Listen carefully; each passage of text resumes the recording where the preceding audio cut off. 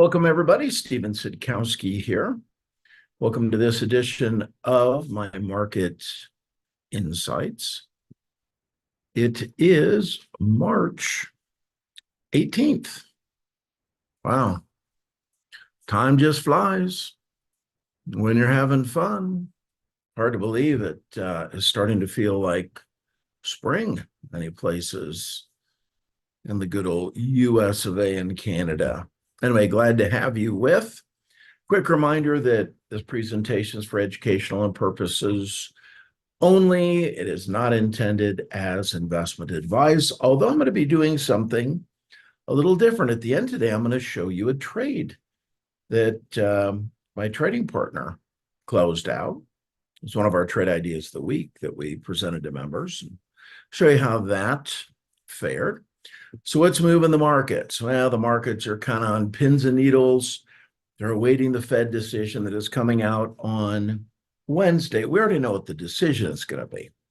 There's not going to be any interest rate hike. That is basically cemented in concrete. But it'll be the comments that follow and the press conference that follows. And you're going to be wanting to watch that. So the good chairman will make his announcement on pretty much all the financial networks on Wednesday at 2:00 Eastern time, and the press conference starts a half an hour after that. Alphabet, formerly known as Google, up 7%. They're in conversations for some deal with Apple. 30 stocks in the S&P 500 hit their 52-week highs today. That's pretty impressive. 10-year Treasury up a little bit. They're expecting that the Fed might sound a bit more hawkish. So the rate is now 4.34. Last week it was at 4.1. So that's 0.25% move, pretty significant. And oil's been ticking up. It's now at 82.55 per barrel. What to watch this week? Home builder confidence index came out. I've got some data on that for you. Tomorrow we get housing starts and building permits. Wednesday, the interest rate decision and Chairman Powell's press conference. Thursday, initial jobless claims come out. Philly Fed manufacturing survey. Both the services and manufacturing PMI numbers come out. So we're going to get a real sort of feel as to how the economy is doing. And then on Friday, we got a bunch of Fed speak that'll be coming out. Last week's heat map, look at, there's Alphabet. A lot of companies had good weeks. NVIDIA up 3%, Microsoft 3.5%, Oracle 12%, Apple up a little bit. The energy complex did well. The financial complex did well. Software, not so good. Industrials fared well. Boy, Lilly just keeps marching, don't they? And look at the 1 year. NVIDIA up 245%. Broadcom, 94%. AMD 98%, Microsoft 51%, Apple has been lagging, Alphabet 47%, Meta 140%, Amazon 75%, Lilly 132%, JP Morgan 46%, Berkshire B shares 35%, Visa 31%, MasterCard 37%. If you knew anything about picking stocks this last year, was your license to go print money. Market breadth for the previous week, we look at number of companies hitting new highs versus new lows. On the New York Stock Exchange, 439 compared to 87. On the NASDAQ, it's a lot tighter, 386 to 332, but still overall decidedly bullish. Keeping score, excuse me, the Dow up 2.7% this year, not very impressive.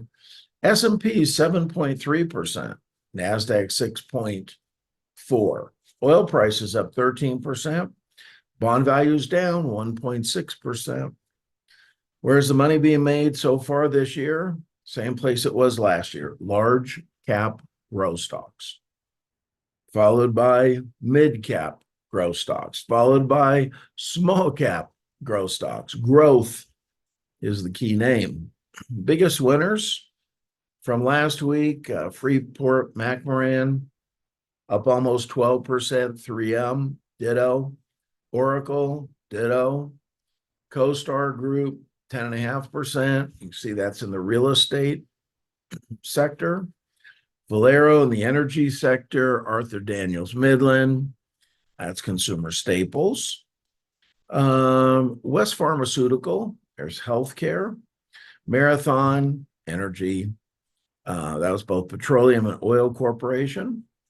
And Everest Group, financial.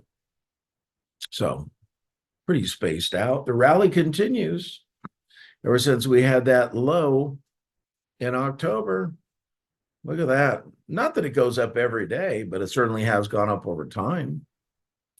So, the things that we tend to worry about, it's kind of interesting to see, like how often they occur. How often does the market fall 5% or more?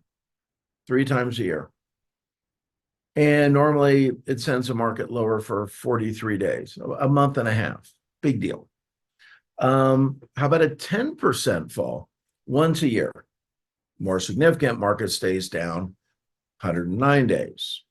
15%, about once every 3 years. So you got people out there worried about events that happen once every 3 years.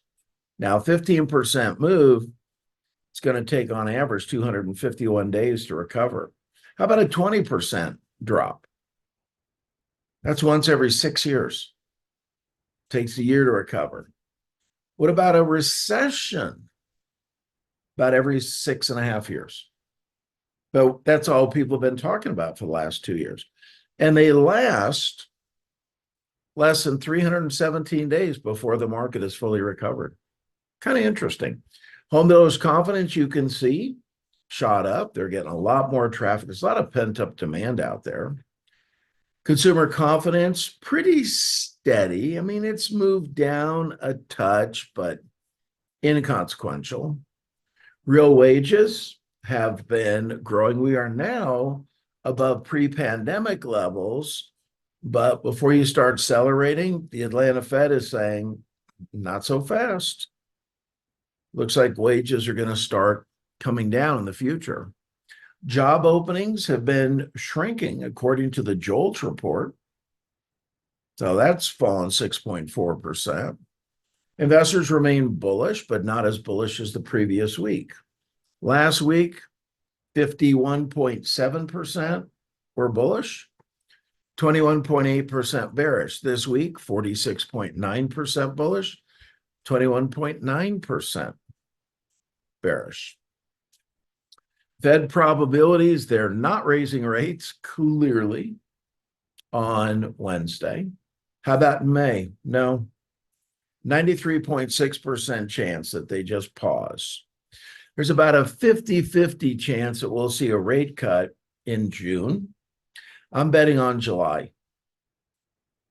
I think the economic data that I'm seeing is just too strong to warrant a rate cut. Cut rates, we're going to be dealing with inflation all over again. Earnings announcements this week. I don't know. There's much of real consequence. FedEx kind of outlines what's going on in the economy. So that's probably the biggest potential market mover that I see. Micron in the tech sector. 1 year returns, technology has taken back over the lead. So over the last 12 months, the tech sector is up 53.83%. Communications, 51.44%. Financials has made a huge move. It's now the third most profitable sector over the last year. Discretionary has always been up there. Industrials and materials have made a big move, as has energy, as oil prices have gone up. Healthcare is doing pretty well. Real estate and staples, and utilities, they've been a losing proposition. If you put your money into a utility stock and it goes down 5% and you're getting a 5% dividend, you understand you're not making any money, right? Never buy a stock exclusively for the dividend. Take a look, see what the charts have to say. Hope you are all having a marvelous day. Look at the SPX, which is the S&P 500, and that is what we call a chart. Crossed above its 50-day moving average, November 2nd. It's been going up ever since. How about the Qs? This is big tech. Same deal. Crossed up above the moving average November 2nd. Been doing great since. Now, the Russell 2000, that's just been a whole lot squirrelier, but still crossed up above November 14th. See, it couldn't get above November 14th and has been up ever since, but very different looking chart than the S&P 500 or the Qs. All right, I wanted to show you a closed out trade that a lot of you won't understand because you don't trade options, but it will just serve to kind of share with you what we're over here doing with our money. This was trade on AMD. It was a call spread. So basically, we went short on the 167.50 strike call with an expiration of March 1st.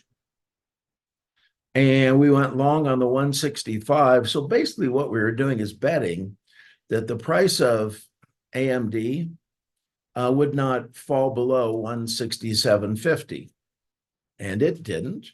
We opened the trade February the 12th. We closed it on a leap month, February the 29th, in this case at a profit of 41% in 17 days.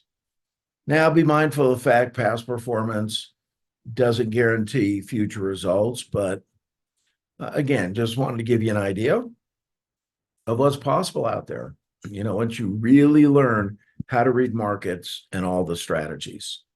So I will see you next week. Hope you enjoyed that. And until that time, be blessed and bye for now.